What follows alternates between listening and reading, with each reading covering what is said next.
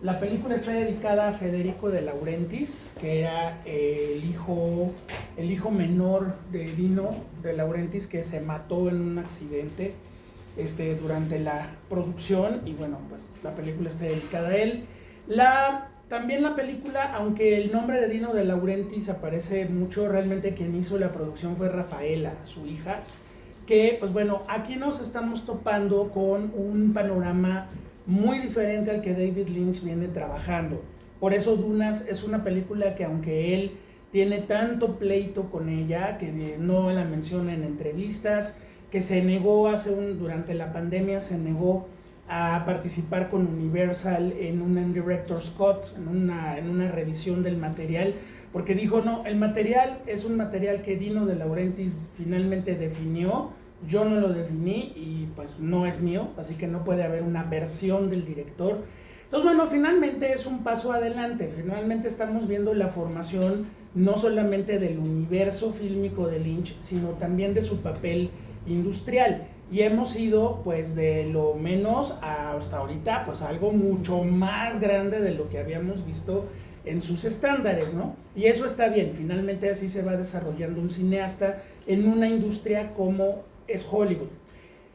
Terminado El Hombre Elefante, que bueno, ya vimos que le fue muy muy bien realmente, pues le llega a David Lynch una invitación de parte de Dino de Laurentiis para unirse a la producción de Dunas. Realmente es uno de estos proyectos malditos que se van formando de pronto dentro de la industria de Hollywood, que no se pueden hacer, o que se caen, o que se frustran, o que finalmente no llegan a nada.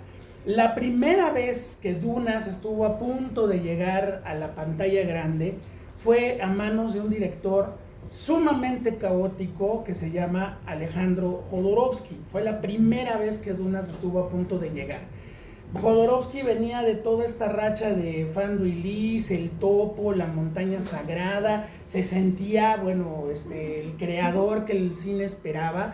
Y bueno, cuando Dunas se publicó en 1971 y provoca la novela de Frank Herbert y la saga, porque son aproximadamente 32 novelas de las que componen todo el universo de Dunas, pues finalmente Jodorowsky dice, yo quiero hacer una gran película donde sobre todo va a involucrar nombres muy importantes de la industria del cine y de la industria del diseño gráfico, la animación y las artes plásticas, ¿no? Por ejemplo, él quería que el emperador lo hiciera Salvador Dalí, cosa que hubiera estado muy divertida, que este varón Harkonnen, el que aquí aparece todo lleno de pústulas y que flota así como si fuera globo, fuera Orson Welles, cosa que a Orson Welles le pareció un verdadero insulto cuando le hablaron por teléfono y que le hablaron, a ver, ¿qué? Voy a hacer el gordo que flota, y les colgó. Pues sí, digo, es la etapa donde Orson Welles ya pesa 160 kilos y no quiere saber nada de eso, ¿verdad? Entonces, bueno, Orson Welles iba a ser el varón Harkonnen. Estaba pensado que la música fuera de Pink Floyd, por ejemplo, ¿no? Estaba ya palabrado Pink Floyd para la música. Y en la parte visual, en la parte de diseño visual, Jodorowsky había involucrado a voces muy interesantes. Un artista suizo que se llamaba, ya falleció, H.R. Geiger, que empieza a hacer en los 70 una serie de pinturas que tienen que ver, pinturas grabados que tienen que ver con la fusión del hombre y la máquina, los biomecánicos, como él les va a llamar. Entonces Geiger empieza a desarrollar esa línea de trabajo, y por otro lado un gran ilustrador llamado Moebius, un ilustrador francés llamado Moebius. No, pues digo, la película sí sonaba verdaderamente enfermiza, o sea, tanto talento junto, pues a dónde iba a dar. Y además acuérdense que no necesariamente la reunión de gente talentosa hace algo bueno. O sea, bueno, finalmente algo sucede ahí, que el proyecto pues poco a poco se empieza a desbaratar, porque pues hay no solamente demasiados artistas y demasiado talento, hay demasiados egos involucrados, empezando por el maestro Jodorowsky, que también tenía lo suyo, y bueno, poco a poco el proyecto se va así desmoronando hasta que finalmente esa Dunas nunca va a existir. Y bueno, ahora ya que Jodorowsky tiene 90 y tantos años, lo más seguro es que ya no exista. Fue tal el ruido que se armó y fue tal todo ese edificio que se acabó desmoronando, que hay libros sobre esa Jodorowsky, sobre esa Dunas que no existe. Hay un documental que se llama Jodorowsky's Dune, que también habla de todo eso que no existe. Y bueno, finalmente el proyecto queda en una absoluta fase de destrucción. Ahí aparece Dino De Laurentiis. Y bueno, Dino De Laurentiis sí vale la pena mencionarlo a las generaciones más jóvenes que seguramente nunca lo oyeron mencionar. Pues era uno de estos productores que vienen de los años 40 haciendo cine. O sea, Dino De Laurentiis fue el descubridor de Federico Fellini. O sea, Fellini le produjo La Strada, Las Noches de Caviria, y era este tipo de productor todavía muy Dios en la tierra, de que todas las puede y que puede armar épicas descomunales y este tipo de cosas, ¿no?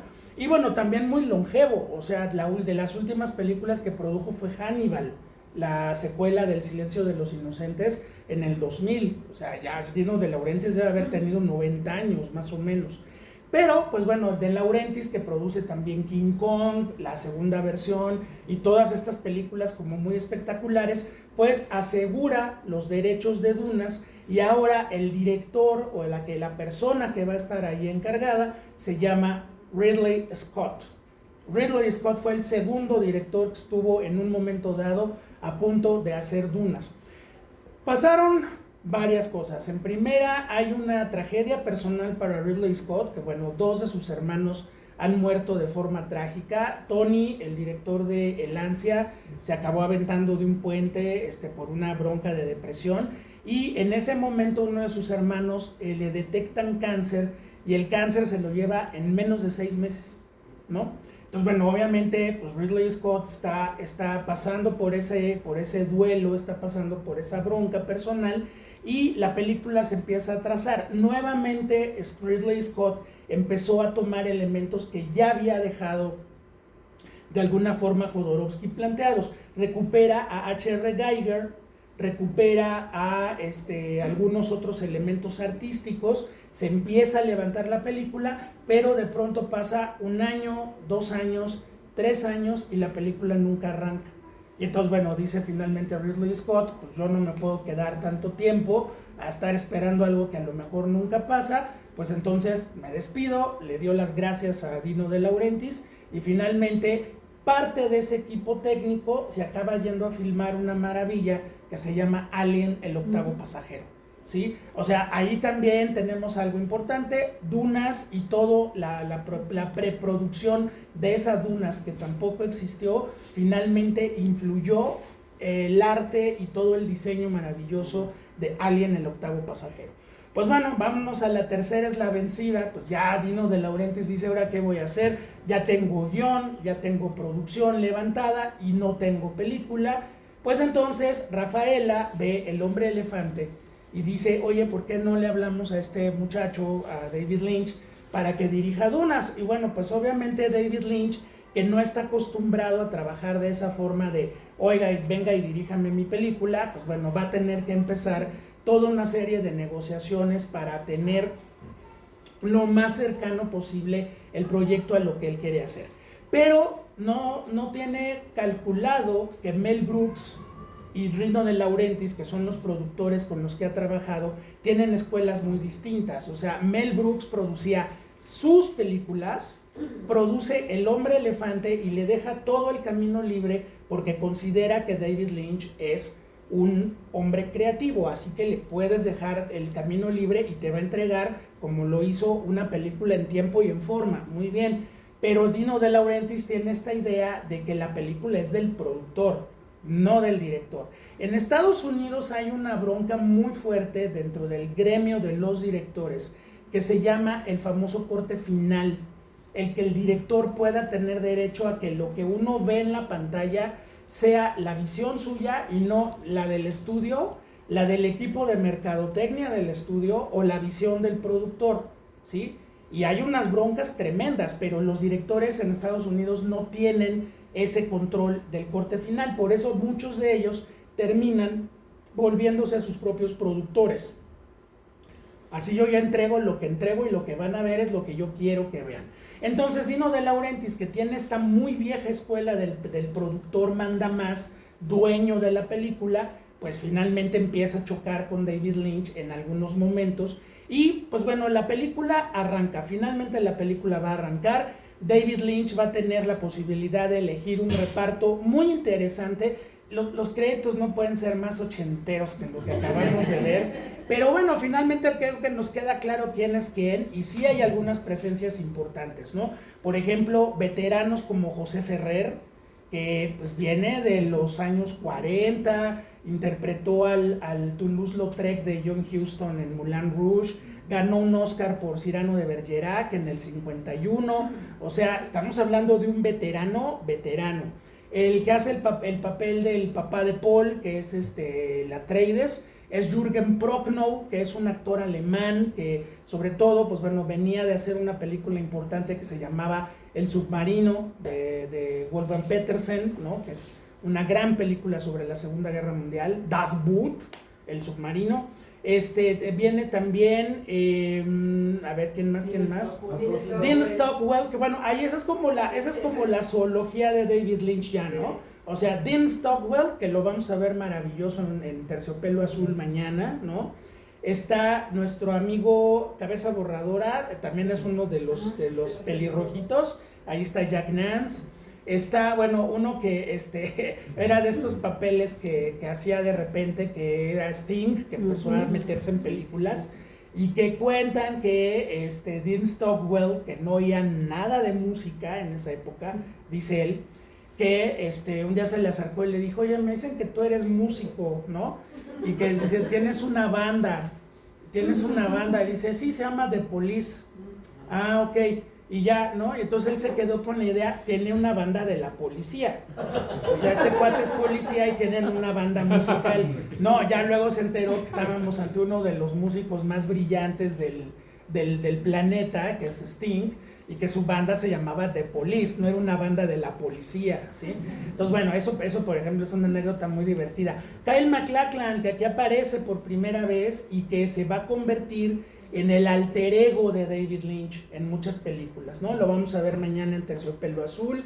Interpreta al maravilloso detective despistado de Twin Peaks y bueno, se vuelve una presencia súper importante en el universo de David Lynch. Entonces, bueno, la película tiene un reparto así como que muy ecléctico de nombres famosos, no tan famosos. Brad Dourif, que luego será la voz de Chucky, el muñeco diabólico, pues también está ahí.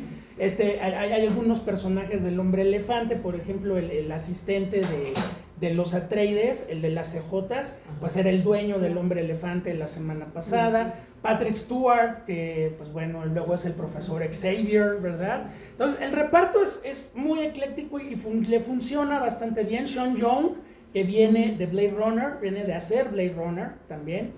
Entonces, bueno, con ese reparto y con un equipo técnico interesante, su fotógrafo es Freddie Francis, el mismo de El Hombre Elefante. La música decide que sean dos fuentes musicales las que van a tener.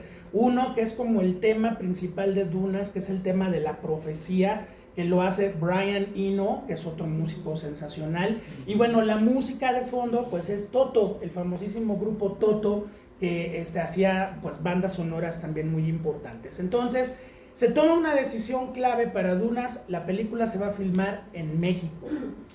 ¿Y por qué México? Ustedes dirán, pues bueno, no la estamos pasando nada bien. O sea, en el año 82, que fue cuando llegaron todos los miembros del equipo y del equipo técnico de David Lynch para filmar la película, México está pasando por una de sus crisis económicas más brutales de la historia, en donde en algún momento de algún día del año 82, el dólar estaba 82 por 1.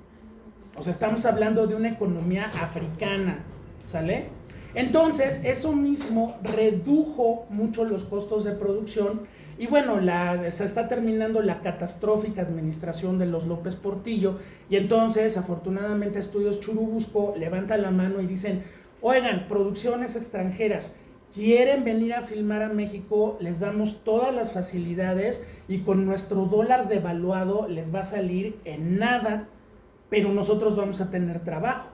Y entonces montones de producciones van a venir, sobre todo los grandes momentos fueron entre 82, 83 y el 90 más o menos. Fue cuando vinieron realmente a hacer películas bien padres. Por ejemplo, en Estudios Churubusco, la primerita que se filma acá es Amityville 2, que yo sé que es un churro, pero a ver, finalmente le estás dando chamba a los técnicos mexicanos.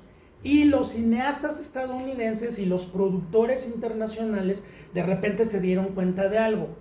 Los mexicanos, los cineastas mexicanos están formados en una escuela donde todo se pega con Durex o con masking tape, donde un técnico, si algo se te atora, te lo resuelve como a ver cómo, pero lo resuelve y lo echa a andar.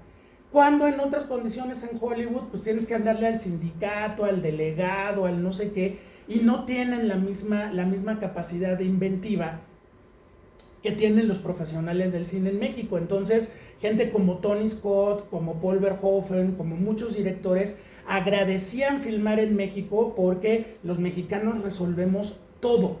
No sabemos cómo, con agujetas, con cosas, pero finalmente todo se resuelve, ¿no? Entonces, por ejemplo, se filmó No Way Out con Kevin Costner, se filmó, bueno, nuestro queridísimo Vengador del Futuro con Schwarzenegger, que va a ser ya de las últimas que se filman así grandes en Churubusco, y donde, pues bueno, no nada más fue Churubusco, fue el Metro Chabacano, la Glorieta de Insurgentes, el Infonavit, todo lo que aparentemente era moderno en 1990, sale en El Vengador del Futuro, ¿no? Ya de ahí baja el nivel de películas que se producían en Churubusco, también porque Churubusco se termina partiendo en 4 cuartos para la creación del Centro Nacional de las Artes. Ya no te cabe una película como Dunas, que bueno, Dunas utilizó los 18 foros de Churubusco para su filmación. O sea, ahí no filmó nadie durante un año porque todos los foros estaban ocupados con todos los escenarios que necesitaban para Dunas. Y obviamente, pues eso es una rentita mensual que Estudios Churubusco le cayó maravillosamente bien en esos momentos difíciles, ¿no? Por ejemplo, algunos recordamos que pasábamos por Churubusco y Tlalpan y estaba la galletota de Querida encogía a los niños, porque estaban filmando Querida encogía a los niños en Churubusco, ¿no? Y sobre todo eso, el papel de los técnicos mexicanos que eran muy apreciados porque resuelven cualquier cosa que les tenías que poner, ¿no?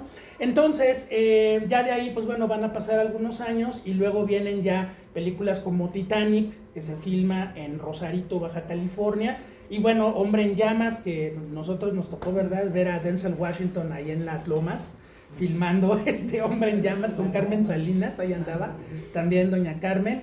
Titanic, pues bueno, jaló a toda la producción mexicana que pudo. Luego en los 2000 ya vendía Troya, por ejemplo, donde hubo un asunto bien curioso de que contrataron mexicanos para ser soldados griegos, ¿no? Y resulta que estaban bien chaparritos, muy chaparritos, y Brad Pitt les sacaba un buen tramo, y entonces tuvieron que pagar la nota de desplazamiento al STPC porque tuvieron que contratar húngaros para traerlos a México, ¿no? Pero entonces, pues sí, no, los mexicanos no la hicieron de griegos y finalmente eso tuvo que pasar. Entonces, bueno, Dunas se filmó en los estudios Churubusco, ocuparon todo estudios Churubusco, y ahora con la muerte de David Lynch, ahí se los dejo de tarea, busquen muchas entrevistas que dio David Lynch a Guillermo Ochoa, a Jacobo Zabludovsky, pues porque claro, finalmente era el director del Hombre Elefante, nominado al Oscar, estaba filmando en México, y dice cosas muy divertidas, ¿no? Dice que, por ejemplo, en una tarde se lo llevaron a la Merced. O sea, imagínense a David Lynch en la Merced, visitando, conociendo. Obviamente lo llevaron a todos los monumentos posibles. Y es la Ciudad de México de 1983. O sea, todavía el centro era monumental. Tenían los grandes edificios que, pues, desgraciadamente se caen en el 85. Entonces sí era otro México, y David Lynch por ahí suelta una frase que dice: la Ciudad de México me inspira muchas cosas, ¿no? Es una ciudad enorme, cosmopolita, al mismo tiempo pues somos un país muy amolado en ese momento económicamente. Entonces esas combinaciones hacen que Lynch se inspire para muchas cosas en Dunas. La parte del desierto, esas se fueron a filmar a un desierto que está cerca, una parte desértica, cerca de Ciudad Juárez, en Chihuahua.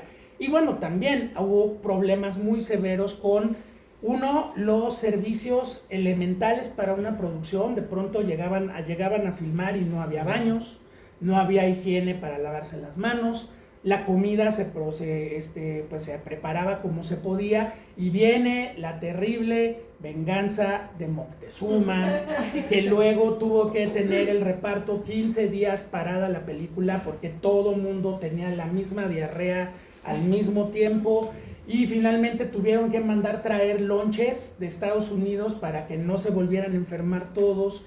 En Chihuahua se metieron en una broncota porque los agarraban tormentas de arena auténticas y no había teléfono, obviamente no había celulares. Entonces, bueno, por un lado, la parte de Estudios Churubusco fue sensacional. La parte de logística, de moverte en México en ese momento, fue una catástrofe. Y eso también, en buena medida, fue minando la relación entre Dino De Laurentiis y el David Lynch.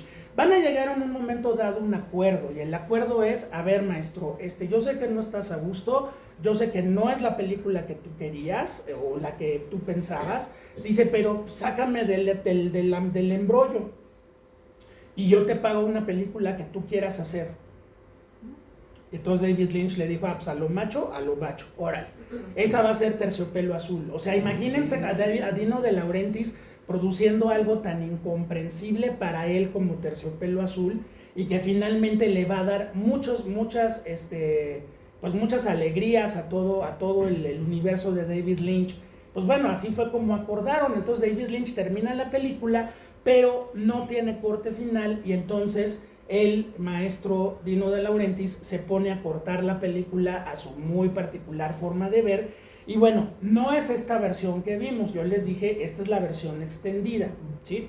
Ahora, vamos a arreglar un poquito ese desmadre. Si ustedes ven la versión oficial de Dunas, que está en DVD, salió en Blu-ray, está inclusive en algunas redes, la película es absolutamente incomprensible, ¿sí? O sea, al principio salía Virginia Madsen, y Virginia Madsen daba un prólogo que no se entendía, y luego empezaba una película que tampoco se entendía, ¿sí?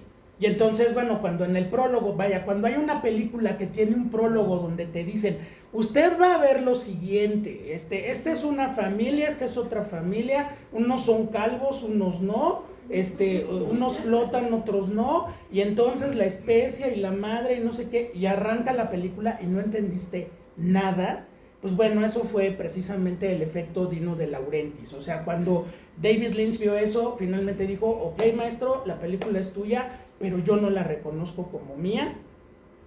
Pero es que va a decir David Lynch, pues que diga David Lynch, pero yo no hago ni campaña de promoción, ni doy entrevistas. No había tanto como ahora tampoco. Dice, pero yo no voy a participar porque esa película no es mía, ¿sí? Entonces, ¿qué pasó? Bueno, durante años se ha exhibido esa versión, existe comercialmente, y luego, de manera un poco extraña, se arma esta versión que vimos, donde, por ejemplo, el principio es muy interesante por una razón que a los fans nos gusta, obviamente, de que resuelven buena parte de la narrativa del inicio de la película con storyboards que hizo David Lynch y que hizo el equipo de producción.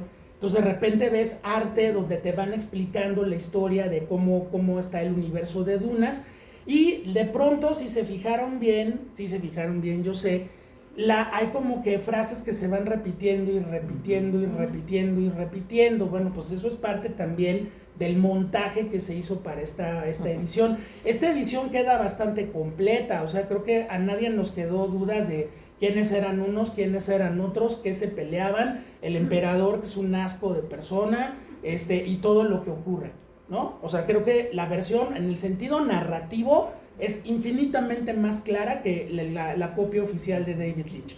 Les decía yo que hay dos cambios, no aparece del crédito de Lynch ni en dirección ni en guión. En guión aparece un tal Judas Booth, que obviamente no existe, y en dirección aparece un tal Alan Smithy.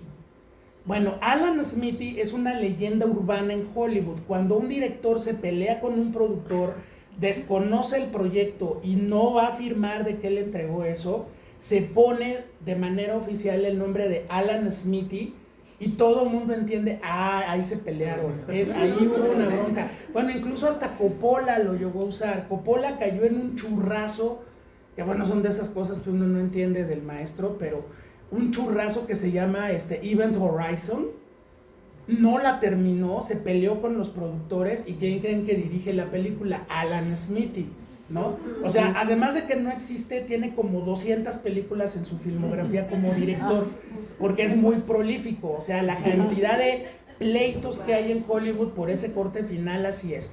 Entonces, bueno, dice David Lynch, yo no quiero hablar de Dunas, yo no pienso jamás reconocer esa película, me niego a hacer un corte del director, porque finalmente todas eran ideas de Dino De Laurentiis, y si ya se murió Dino De Laurentiis, pues no es mi problema. Entonces yo hasta ahí llego con la película. A ver, ahora pues bueno, ¿qué podemos decir que tenemos de David Lynch en Dunas? Muchísimas imágenes increíbles, porque bueno, ya nos quedó claro en estas dos películas que llevábamos de que es un gran creador de imágenes, es un gran creador de atmósferas.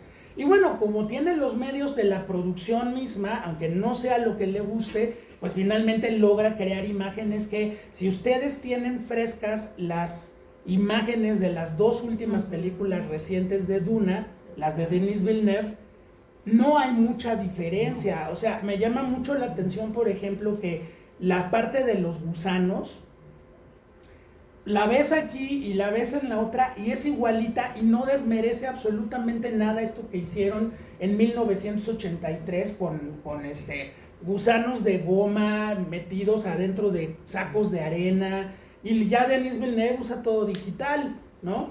Pero no desmerece nada. Los actores no desmerecen tampoco, o sea, están bien dentro de que estamos jugando con arquetipos de ciencia ficción. Digo, es mucho más expresivo Kyle MacLachlan que el Tomate Saladet, ¿no? Eso sí creo que no. O sea, Timothée Chalamet, sobre todo a mí me desesperó mucho en la primera. Porque decías, o sea, tiene más vida un taburete que este cuate, que le están pasando cosas horribles, matan a su familia, se tiene que pelar con la mamá al desierto, embarazada la mamá además, ¿no? Y el cuate está que parece cromo de la revista Eres, ¿no? O sea, pellizquenlo tantito, que sienta algo, ¿no? Y bueno, aquí Kyle MacLachlan, pues siempre, además una carita muy bonita, muy bien escogidito, no sé. Pues Kyle MacLachlan sí le da a Paul Atreides como que mucho más fuerza, ¿no? Vean, por ejemplo, con el que se agarra a cuchilladas, vean cómo lo diseñó Villeneuve en la Duna 2, que es Justin, bueno, el Elvis, pues, Justin, sí, es el Elvis. Pues bueno, lo tuvieron que rasurar todo y pintarlo de blanco y hacerlo como más amenazante, y aquí te sale Sting como chavo banda ochentero y da mucho miedo, ¿no? También igual los Harkonnen, esta idea del güey de las pústulas y todo, y que se destapa y se tapa, y esto es mucho más efectivo que lo que hicieron con Stellan Skarsgård, que era meterlo como en chapopote toda la película, ¿no? O sea, si ustedes comparan, ni modo, porque sí lo tenemos que hacer, si ustedes comparan lo de Villeneuve con David Lynch, no desmerece. Los escenarios son increíbles, la escenografía, la dirección de arte, incluso un intento por ahí ya de hacer un gráfico digital, cuando Patrick Stewart y él hacen su combate de cuchillos, y de repente salen como el Cristo de Dalí, ¿no? Como si estuvieran empacados en algo y se empiezan a pelear. Vaya, es una película bastante aventada para su época. Y sí, claro, o sea, tiene una carga muy grande de Dunas detrás. Ya te hicieron Blade Runner, ya te hicieron Alien, ya acabó la trilogía de Star Wars. O sea, sí tiene un peso muy grande, y pues finalmente Dunas va a ser un profundo fracaso de taquilla para el momento, ¿no? O sea, la película costó 42 millones de dólares y en su primera corrida recupera 30. O sea, acuérdense que en cine lo que tú le inviertes es lo que tú le tienes que calcular para que funcione. O sea, si le metes 10, tienes que por lo menos recuperar los 10, y lo que venga después de los 10 ya es ganancia para ti, ¿sí? O sea, piensen, por ejemplo, cuando Mel Gibson, nadie quería hacer La Pasión de Cristo porque era súper agresiva, violenta, hablada en arameo, latín y hebreo, o sea, nadie la quería hacer. Bueno, el señor tiene su lana, le invierte $20 millones, sale La Pasión de Cristo y la película recupera $900 millones de una inversión de 20. Pues obviamente, vámonos para acá. Y ya después se tomó los $90 millones, ¿no? Pero eso es otra cosa. ¿Sale? Sí, no, ya, luego eso fue otra cosa. Pero finalmente en el cine así funciona. Dunas hace 30 millones, costó 42, no funcionó. En Estados Unidos no funcionó, en Europa no funcionó, y con el paso de los años, pues es como la película ha ido recuperándose, sobre todo porque David Lynch pues se vuelve uno de los grandes cineastas contemporáneos.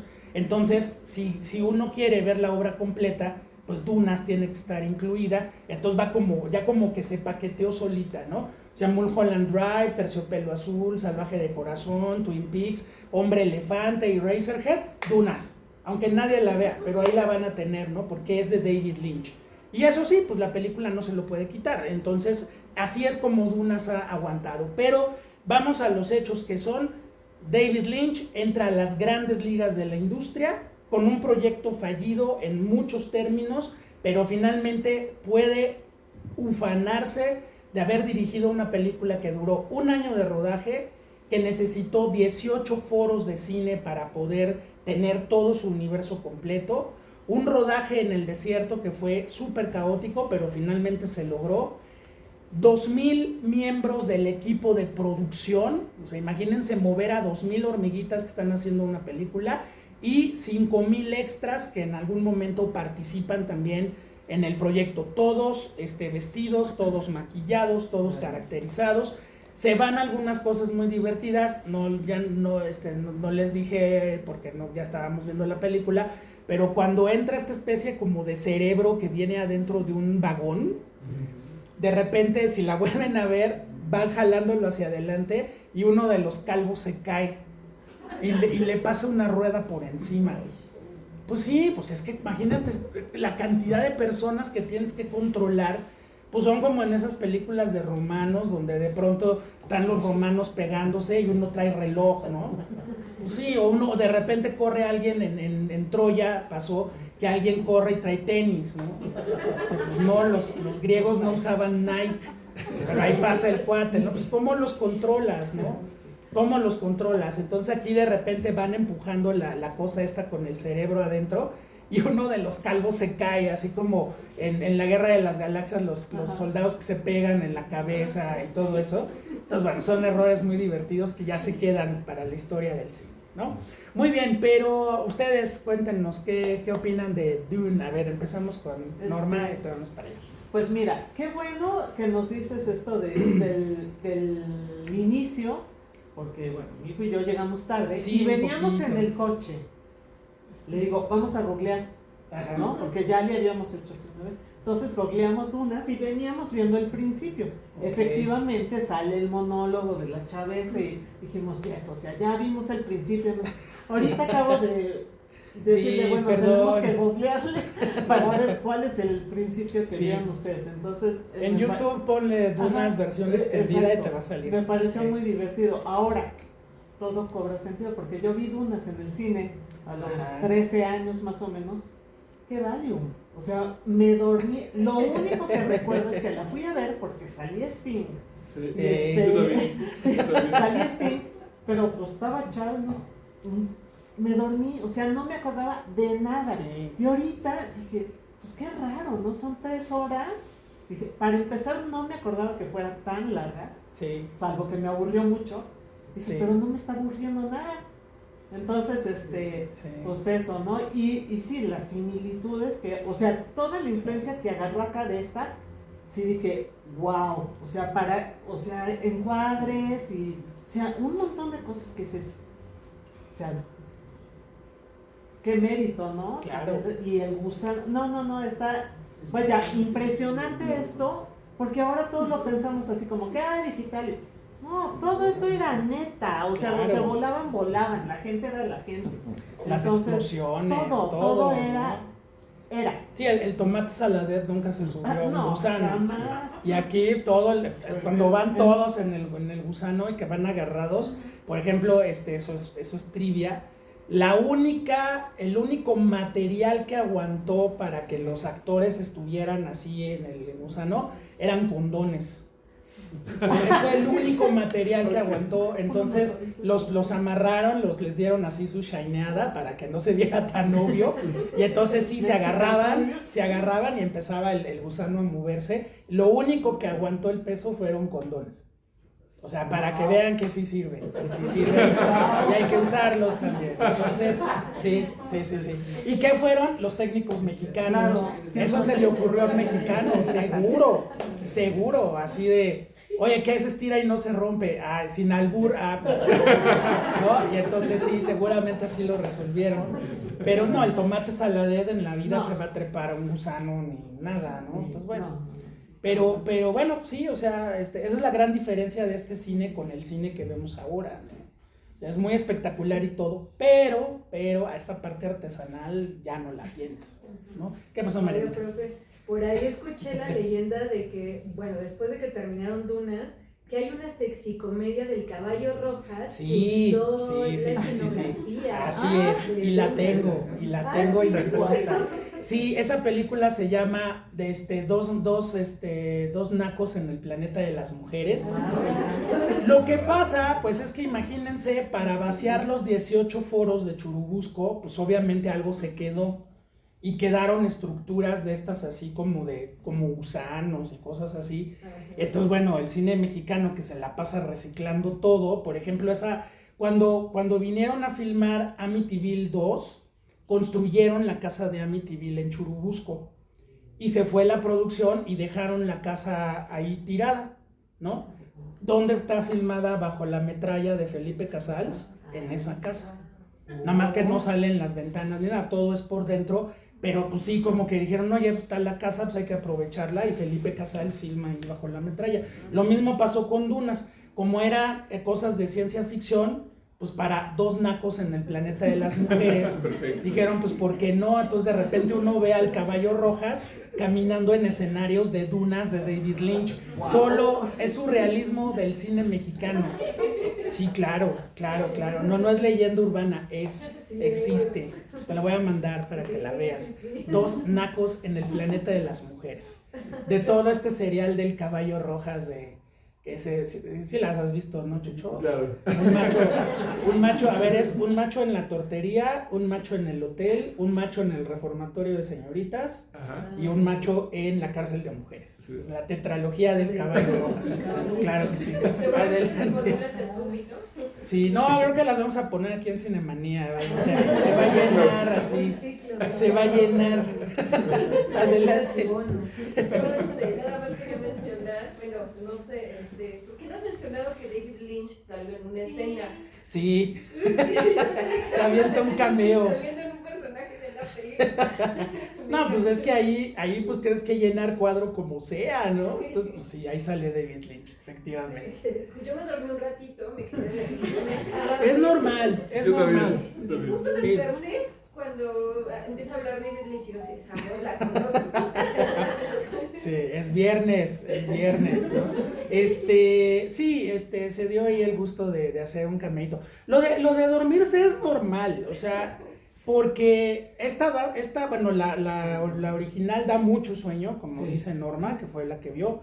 Pues bueno, por la duración y que de repente se vuelve así como muy ominosa, es pesada y puede dar sueño. Y las dos de Denis Villeneuve son melatonina pura. Bueno, para mí, yo sé que hay gente que las ama y las adora y lo que sea, pero híjole, entre la inexpresividad del tomate Saladet y luego esta bronca de que Denis Villeneuve, o sea, si tú ves películas que no son Blade Runner ni Dunas, o sea, la mujer que cantaba le quedó increíble. Sicario me gusta mucho. La Llegada es una gran película sobre la comunicación humana extraterrestre, ¿no? Oye, qué padre, es un muy buen cineasta. Y de repente entra Blade Runner, y Blade Runner de Ridley Scott, que se te va como mantequilla de la belleza y la filosofía y todo, y de repente este güey parece que está haciendo una misa, ¿no? Y todo es solemne, y la jeta de Ryan Gosling y la jeta de Harrison Ford. O sea, diviértanse tantito, chinga. No, las de Duna son O sea, la primera yo me frustré tanto de ver 3 horas de algo que se queda en nada. ¿También dura 3 horas? Sí, las dos duran 3 horas. Sí. Yo por eso Sí. la versión resumida. No, así te cuento la película, sí. Y ahorita ya dice que va a ser una más y que lo que quieren hacer después de Dunas, él ya no va a participar, bendito sea Dios. Pero todavía nos vamos a tener que echar una Dunas 3, donde los personajes ya pasaron más de 50 años y ahora van a ser viejitos todos. Zenaida, el Tomate Saladet y los demás. Entonces no sé cómo le van a hacer. Pero son somníferos, o sea, ¿por qué? Porque es pesado, yo no entiendo, o sea, pero es normal, o sea, si les dio sueño, es normal, es como Tarkovsky, ¿no? Por más que traigas toda la emoción de voy a ver el espejo, nostalgia, pues llega un momento en que, porque como que te hipnotiza y el ritmo te acaba a tronar, no, y si vienes de ver un Rápidos y Furiosos, pues te da un coma. O sea, de repente es como así, ¿no? Sí, así es. Pero es normal. O sea, yo creo que Dunas en general duerme. Yo no las he leído. Quiero leer alguno de los libros a ver si tiene ese mismo efecto. No sé, no lo sé. Pero bueno. Creo que leyendo la historia está muy interesante porque tiene unos diálogos muy bonitos. Sí. No, está hecha con ganitas y todo, pero... Pues bueno, finalmente David Lynch tuvo que apechugar y como había ese trato de saca la chamba y yo te pago la película que tú quieras, dijo, muy bien, y muy, muy inteligente y muy decente David Lynch, porque aunque Terciopelo Azul es Terciopelo Azul, finalmente la idea de David Lynch era, la puede vender como thriller y le va a funcionar. Y así fue como la vendió Dino De Laurentiis y le funcionó maravillosamente bien. No sabía que tenía en las manos una de las mejores películas de los 80. Eso ya vino después, ¿sale? Pero es importante que sí, en este camino que vamos recorriendo, vean que los directores pues tienen que entrar a jugar eso. Ahora, David Lynch obviamente no va a volver a aceptar un trato como el de Dunas, ni que llegue, por ejemplo, George Lucas lo invitó a yo no entiendo por qué, pero George Lucas lo invitó a dirigir El Regreso del Jedi y le dijo, no, o sea, muy lindo siempre David Lynch, pero dijo, o sea, George, es que esas películas son tuyas, o sea, no puedes meter a nadie más. Por ejemplo, invitó a Steven Spielberg, su brother, y el brother le dijo, maestro, es que yo no soy Star Wars, tú eres Star Wars. Entonces finalmente lo que hace Lucas es contratar a un director X que le pueda decir qué tiene que hacer, que es Richard Marquand, y él dirige El Regreso del Jedi, pero notas que está dirigiendo Lucas, ¿no?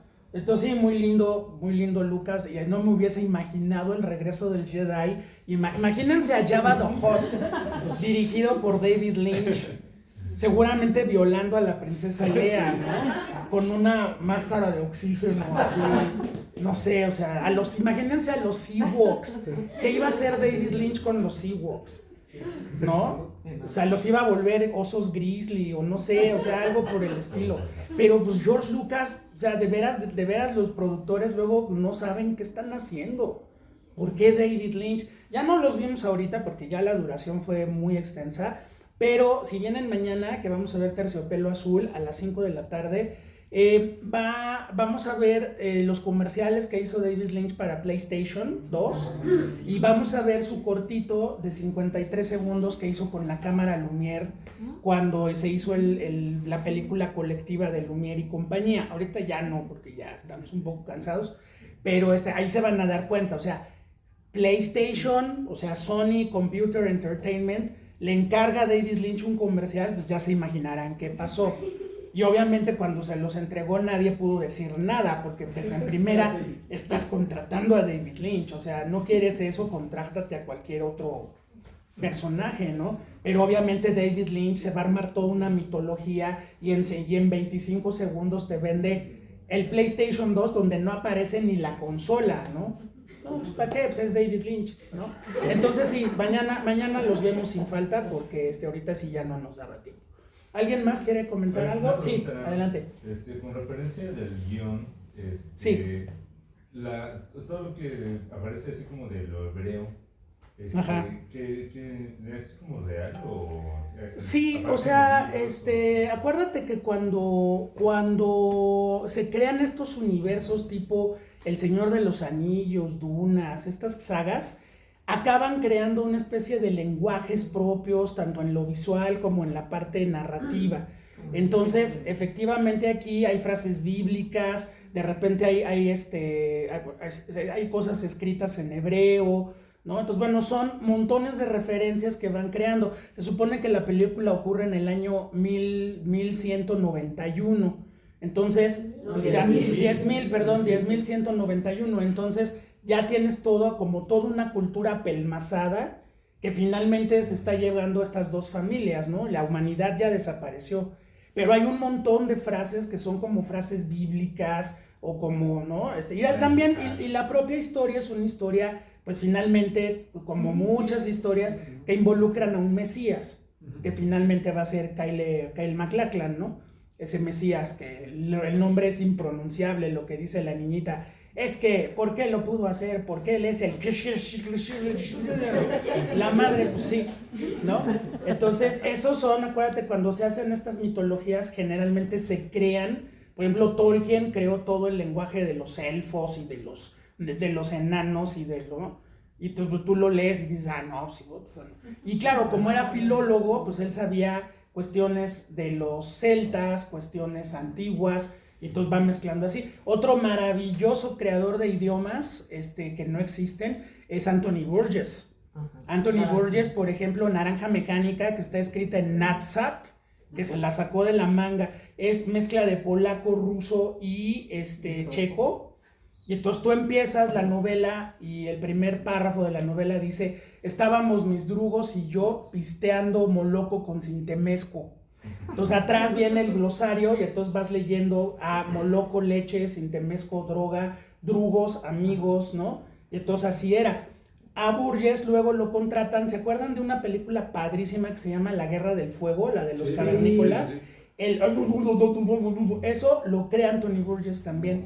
O sea, creó idioma cavernícola, que no fuera obviamente el de Ringo Starr en el cavernícola, que uga, ¿no?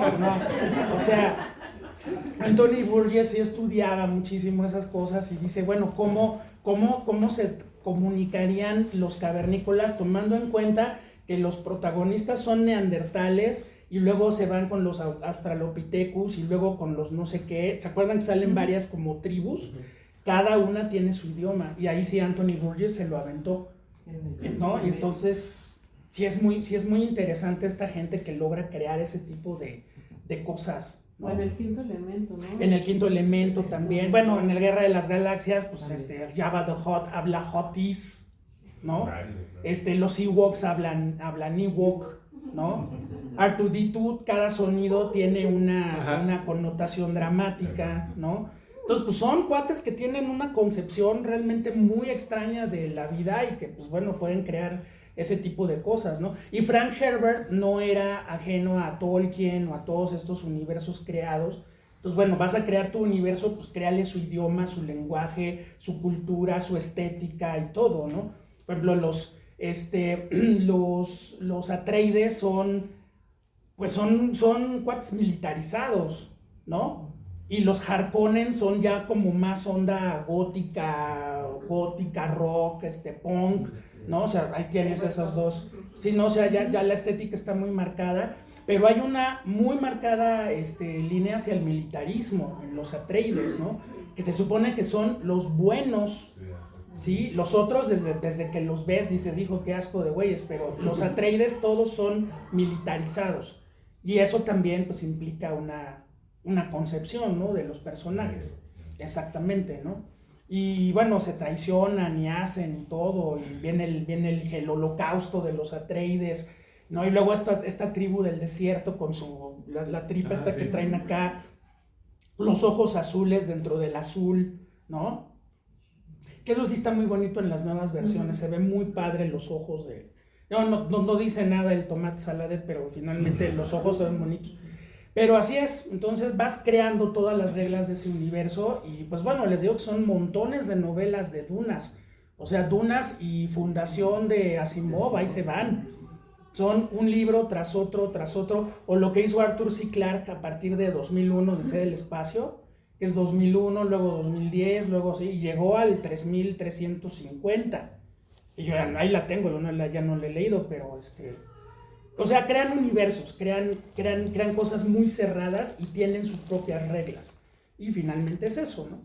¿Vale? Muy bien. ¿Alguien más quiere comentar algo? Siempre. Yo quiero comentar que cuando te pregunté qué película ibas a proyectar, y me dijiste, veníamos ahí por Insurgentes así, venías viendo el celular y me dijiste Dunas, dije, más adelantito te pregunté, te dije, es pesadita, ¿verdad?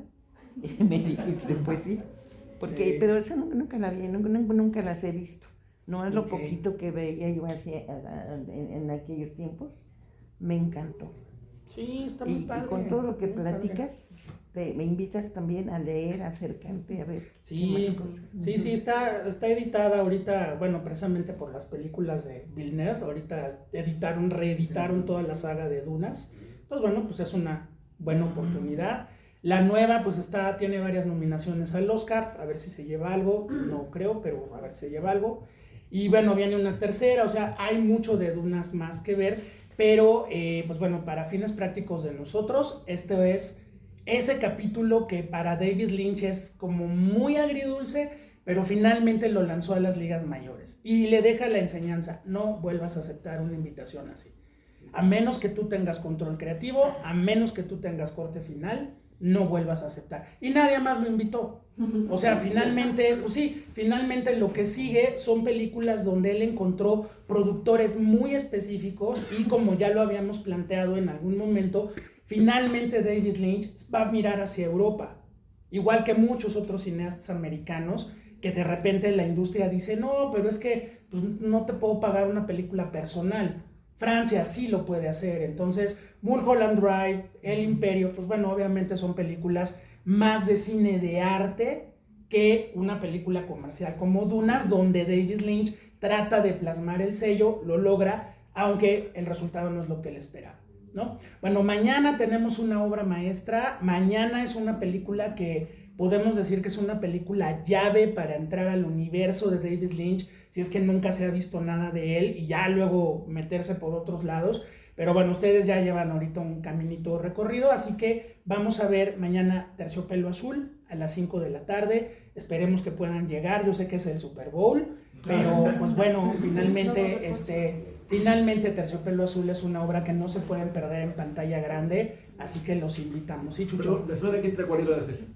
La semana que entra, para si no pueden venir mañana, el viernes ya me toca venir a mí, al de las favoritas de David Lynch.